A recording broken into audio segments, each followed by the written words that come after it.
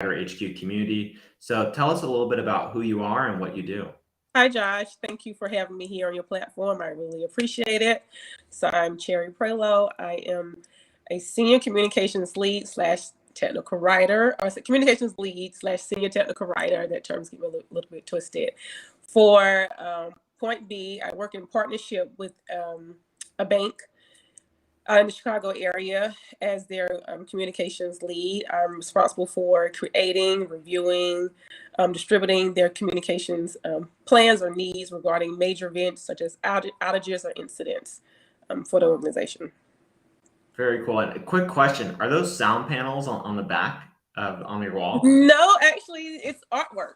I Oh, wanted yeah. a black wall, and so that is the closest I could get to just doing a black wall. Very cool. Would love to hear, one is being a communications lead comes to technical writing among other things. Right. And I think it's almost a role where you have to be a great speaker too. And among other, like, many skills. Can you explain the journey that got you there? I know it's a whole story, but we'd love to hear it. So actually, when I graduated from college, I got recruited by a company, then was MCI, for technical writing. I had no idea what it was, or didn't have any information the way there is now. And so the recruiter said, "You can write," and I said yes. And he said, "Well, you can do this," and I believe I could. So it was up to me to sell myself to the manager to get the job, and so I did. And that's pretty much, the rest is history. And then along that journey, what were some of the things that you had to ensure to stay that you progressed your career, right? It's one thing to step into a role, another thing to succeed and keep going. So for me, it was initially taking a training class to get a better understanding of, what technical writing was, and understanding the whole process about it, but also just make sure that I immerse myself in my own training, and a lot of hands-on training is what I did. I learned by doing. And so that was one way that I continued to ensure that I knew what I was doing, and also just asking for help from other, senior technical writers, and not at that time. Well, yeah, I guess would be that time. Senior technical writers, just, getting the assistance from them and making sure that I got the feedback needed to be able to improve and do things the right way. And while you're going through this journey, what were some of the maybe aha moments that said, "Hey, this aligns with me. This aligns with what I'm looking to do"? So I have always loved writing since I was a little girl.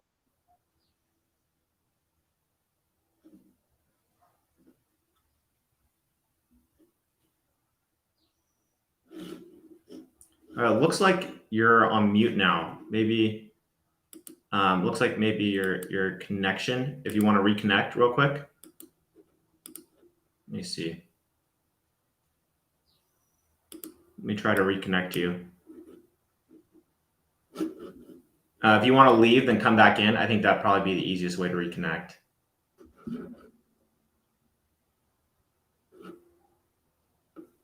Yeah, I'll still be here. Yeah, I think that'd be.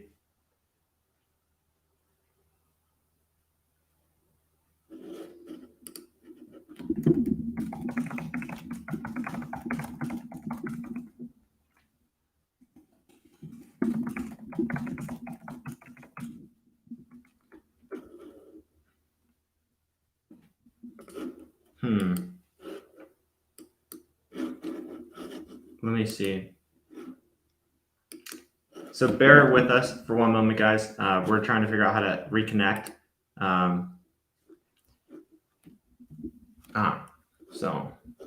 If you go to the chat below, let me refresh this.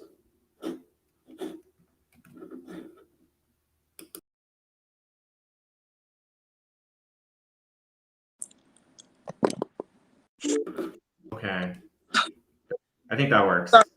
I thought I put my phone on Do Not Disturb, but I apologize. Yeah, sorry about that. It was, I couldn't hear you, you couldn't hear me, and technical communication, it is hard. If there's anything that we've learned from that. Yeah, there's a lot of tools, a lot of live streaming tools. This one's like one of the better ones. And we still find from time to time, it just like goes out of sync. I think we're all waiting for the day that Google Fiber is everywhere and makes our lives easier. But that day has yet to come. But we're getting closer. Well, adaptable, right? So I'm okay. So you're talking about your story of how you were interested in technical writing, and if you can continue there, that would be great. So again, I've always loved writing as a little girl. And so when I got the opportunity, I thought maybe I would do something more creatively. And so when I got the opportunity to do technical writing, it was a bit different, but I love the idea of taking a blank document and turning it into something that an end user could use. So I love being able to mock up the images and do the graphics and add in the steps for a procedure to show someone how they did their jobs. And so that was just, I guess for me, like that aha moment that I really just love doing it. And so I just continue to stay on that path. And were there maybe some people that you have met that, or some classes that you took that said, hey, I like doing this? Like, for example, we talked to somebody who took an art class, even though they're like, I don't know if I could do anything with art, but I really like illustrating. And then they, drove into technical writing. No, not really. Again, most of my experience has been on the job. I took one training class and it was pretty boring, to be honest. So I have just really learned by being on the job and trying different things just trying different things within the field. Yeah, I do think it's important to identify the way that you like to learn, and that works for you. I think some people are good in a classroom environment. Some people need on-the-job training, and Right. with that. I think you have to be adaptable in your learning style. I personally, I can do a classroom, but I really think for me, just being hands-on and then just having that visual is the best way that I've learned to stay on the course in doing this. So.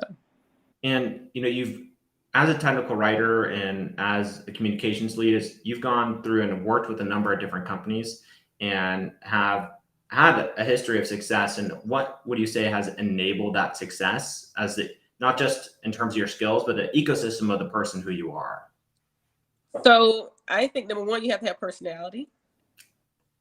That's first, because you're going to be dealing with a whole lot of different people. And so you're going to need to be able to adapt and deal with different personalities. I also think that you have to collaborative skills as well. You also have to be adaptable, and you have to be customer focused. So your main priority as a technical writer is always to ensure that the client is happy with their product of what you're doing. And so I believe that those are some of the things that, and also just have a growth mindset. So just continually trying to grow and learn and be resourceful. So those are some of the things I believe that have really helped me as a technical writer.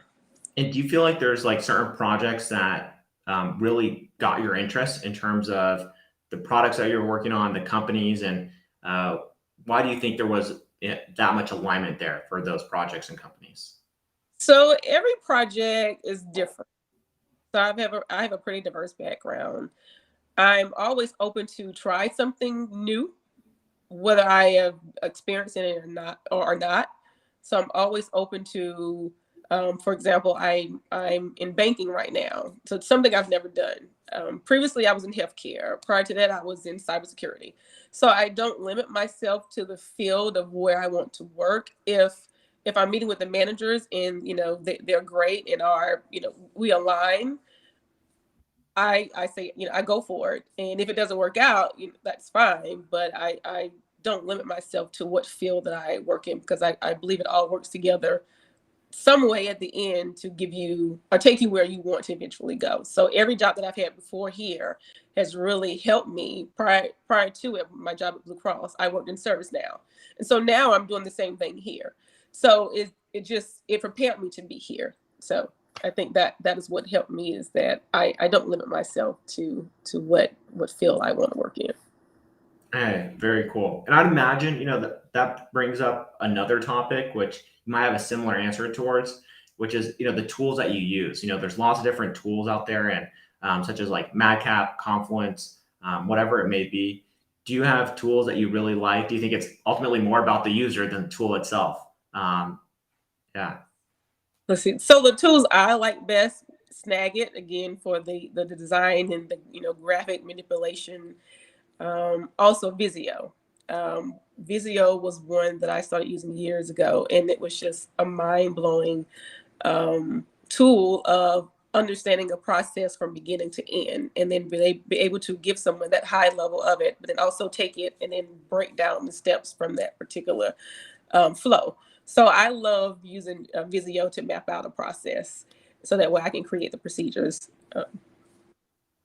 and Snagit. I think those are my main two that I have not used MadCap. I have not used like some of the other tools, publishing, authoring tools.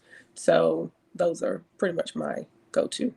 Yeah, I'd be curious to know how many companies use Visio. I feel like it's so many companies just because it is a Microsoft product. And then when you're in that ecosystem, it's like, hey, we're a Microsoft company. That's what we do. And Yes, in my experiences, most of my projects have all been Microsoft products. yeah, and then it's really interesting. It's like then you're not even talking about Slack. You're talking about Teams. Like it's this whole It's like, and it's cool. It's like that they're able to do that with that type of product and get so much adoption with it and help a lot of companies with their documentation. Yes, you have to make the case for it because most companies don't want to, ideally pay the money for, the standard of professional, but you have to really make the case that this is really going to help the individuals, understand how their processes work. And again, find those gaps and then find ways to improve them. Yeah, it's like, companies and executives saying, why can't we just use Microsoft Word? And you're just going, this is. Yeah, someone they recently just did that to me here. They said, "Well, you can use PowerPoint." It's like, well, yes, I can, but I want to be able to do it a little bit more crisp. So I was able to get the approval for it. So I was excited about that. Yeah, I think sometimes companies forget that documentation is what builds their company. And they think a little bit too high level and they're like, well, what are all those roots, that enable the tree to grow? Where do those come from? Right. From a process map, right? um, so talk to us about some of the unique challenges that you face while being a technical writer, and whether that be like communicating with subject matter experts or adopting new tools, or even maybe it was your first time working in a large team. So I would say sometimes working with SMEs could be a little bit challenging. Again, you have to meet with the person and get a feel for who they are.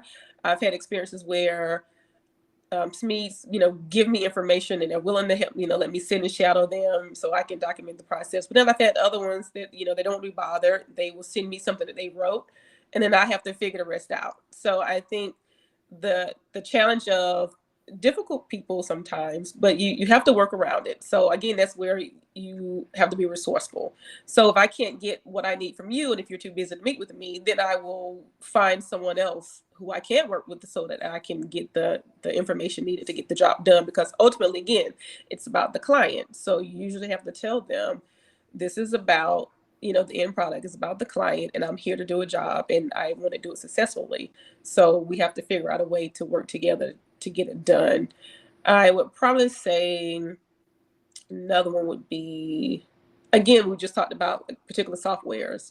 Maybe a company may not want, I worked at a previous company where they didn't want me to have Snagit. And so then I had to try to manipulate images in other ways, and it doesn't look as good as using Snagit. And so then you have to make the case to say, this is why we need this. Otherwise, I can't manipulate the images and what you need to put in, again, that dummy information so that we can block out some of this confidential stuff. And so I think those have probably been the challenges is getting buy-in for certain softwares. And also just if you're dealing with a challenging SME, just figure out a way to go around it so that you can get the information to get your job done. And question would be is, now that we understand some of the challenges, a lot of the people who are watching this video are still trying to get to that stage of, having maybe some imposter syndrome and some of the challenges that come up and learning how to overcome them, but getting that job in the first place and finding alignment. Now, this is sort of a heavy question, but what goes into finding a technical writer job that will ultimately make you happy, and trying to find that alignment there, which can be pretty difficult for many people who are maybe looking for their first job and out of college and took a technical communications class? So quite honestly, it's really about someone giving you a chance. Someone seeing your talent, seeing beyond, because when I started, I didn't have a portfolio. I didn't have the background experience. I was fresh out of college. And so someone wanted to take a chance on me. And I think for anyone new coming in, as a I think that's the main thing. Someone has to be willing to give you a chance, because you can do everything right, but unless someone is willing to see that talent and say yes, I want to hire you. You got to have the personality. You have to have those skills to be a good communicator. You have to have the writing skills as well. You also again have to have personality, and I think that those are some of the things that from my experience. Have worked. Yeah, I think personality is something that's not played enough because that also helps you stand out in terms of getting people to take a chance on you. They're like, I like this person's personality. You know what? Like, they're cool. I'm going to hire them. I feel like they're a good fit. And otherwise, you're just sort of at this sort of I don't know, like ground level where they can't really tell. They're like, is this person, do I like them? Do I not like them? Yeah, being able to put a higher signal out does help a lot.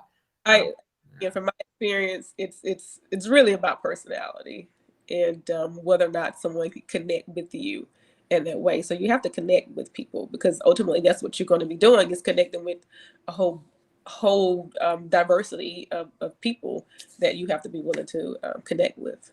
So. Yeah, very true. And it's like, as a technical writer, just you're talking to lots of different subject matter experts, and you're have to empathize with them. Have to build that relationship with them. And if you can't build a relationship with your hiring manager, how are you going to do it with them? Right, you're not going to do it. So yeah, with people who don't even really want to talk to you. And then you might take stuff personally, because if someone doesn't want to work with you, then it's not a personal thing. You just, again, it is what it is, and you just find a way to make it happen. Yeah, so true. So one of the questions that we talked about right before this call, and one of my favorite questions is, where do you see the future of technical writing going? Now, there's a lot here. You have different industries that are popping up, like UX writing. We have like API writing, and then we also have new tools. So new tools are like AI tools that are automating some of the work that copywriters do and blog writers do, and moving its way maybe into technical writing at some point. So all of this happening together. Yeah, where do you see the future going? So I probably would say I don't know, but at the same time, more maybe into the automation. One thing that I really did enjoy with my position at Blue Cross is that I got to automate our documentation review and approval process. And so prior to, we were just sending back and forth an email. And so once I figured out that this could be automated through using the Teams apps, the approvals apps, it helped streamline the whole approval process. And so we could collaborate with the SMEs within Teams, as well as just click a little button and it was sent to them, and they got an email or a Teams notification, and they could approve it. And so I'm really a fan of automation within technical writing. Tools, that's probably kind of open-ended, but I guess that is a tool. But what I also would like to see is that there is more value put into technical writers. We really are the ones that help to create the documents that any end user is going to use. So I hope that there is more value put into hiring more technical writers in the future, because that's job security for us all. And just making sure that, again, the value is there. Because oftentimes as a contractor positions, they want to bring someone in for about 3 months, 6 months to a month. Well, it really takes longer than that to go through a whole, create all these documents. And so I guess I want companies to really just see that you need a technical writer, and that we are a valuable asset to an organization, and hopefully bring more people in. Yeah, I do find there is some irony in companies. They say, hey, we're going to take 3 months to onboard an employee, and and then they say, hey, but we're going to hire this contract, and they have to get the work done in 3 months. Yeah. And and the difference is like, there's not a big difference. Both have to learn the product and have to learn who they're communicating with. One is just has to do it a lot faster. That's what the company is essentially saying. The only other downside is that if you don't learn it fast enough, then that could be your job. So it's a Yeah. lot more pressure in that sense. But And it's interesting how that works. I always find that very funny. There's definitely a double standard, and for whatever reason that there is, and I feel like some people say, "Hey, you should just know our product." That's how we. And all products are complex for the most part. There's very few simple products. Right. Yeah. And now let's say you're looking. So, many of the people who are watching this video are also interested in contract roles, which is something that we don't talk about a lot. Can you talk a lot around the context of a contract role, some things to expect, and what that may look like in terms of like just job safety and growing as a technical writer? So let's see. Again, as I said before, being a contractor, you really have to go in knowing what you're doing, and you really have little room for mistakes, because if you make mistakes, again, that could result in a contract ending early.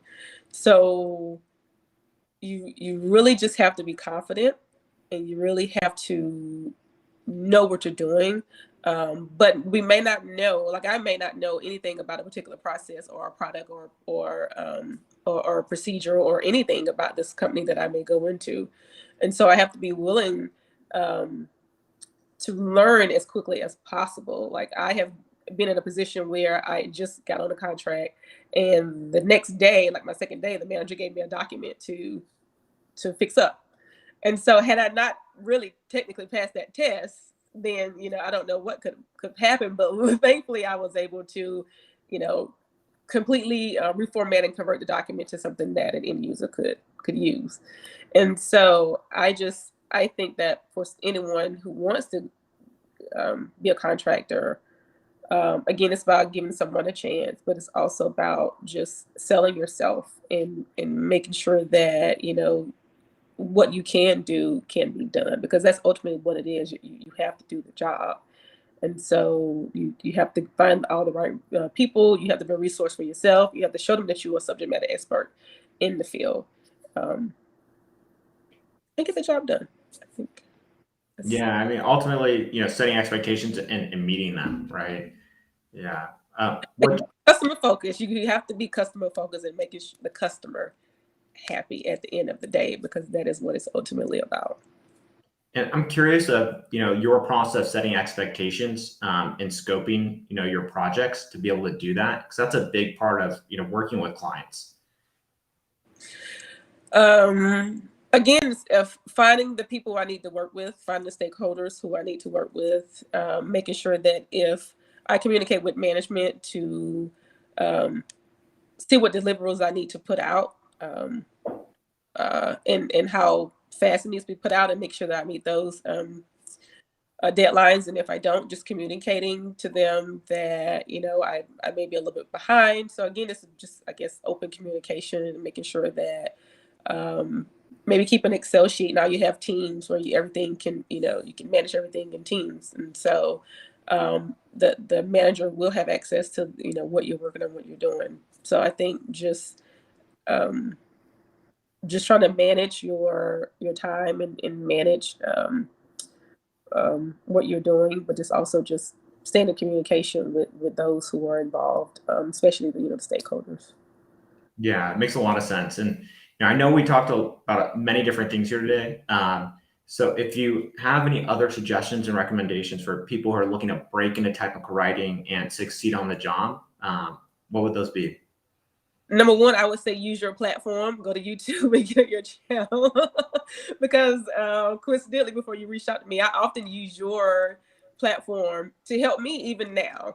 And so I would say find as many resources on YouTube, because it's so much information out there. take training classes. I don't think there are many training classes in technical writing, from what I see. But I do hear now that there are classes offered within like college campuses and college courses. And so immerse yourself as much as you can in learning, again, how to interview, creating a portfolio, be it online or, hard copy, and finding, the tools that most companies will use. Go online and look at these companies and see what tools they are, requiring, and then try to learn those tools if you can, or at least go on YouTube and find a training on that particular tool and learn how to use it, so that way you can just say, I don't have this experience now, but this is what I've done, and so I am eager to use these particular tools in any way, within the field. So I think that is. Yeah, there's so many resources out there, and YouTube is great. YouTube is like a whole, It's a training, class within itself. And I guess, of course, they're running all these different things now. So that's what I would say. Just immerse yourself as much as possible in the field, and sell yourself, so that hopefully someone will see that you have the potential, and they want to give you the opportunity to show them that you can do the job. Well, thank you, Cherry, so much for being here with us today, and for helping us better understand how to break into technical writing, succeed on the job, and also work as a contractor when it comes to working with clients, and all the different types of tools you can use to better perform at your job. And with that said, we'll go ahead and rock and roll. And thank you again, everybody, for being here with us today. Okay. Thank you, Josh.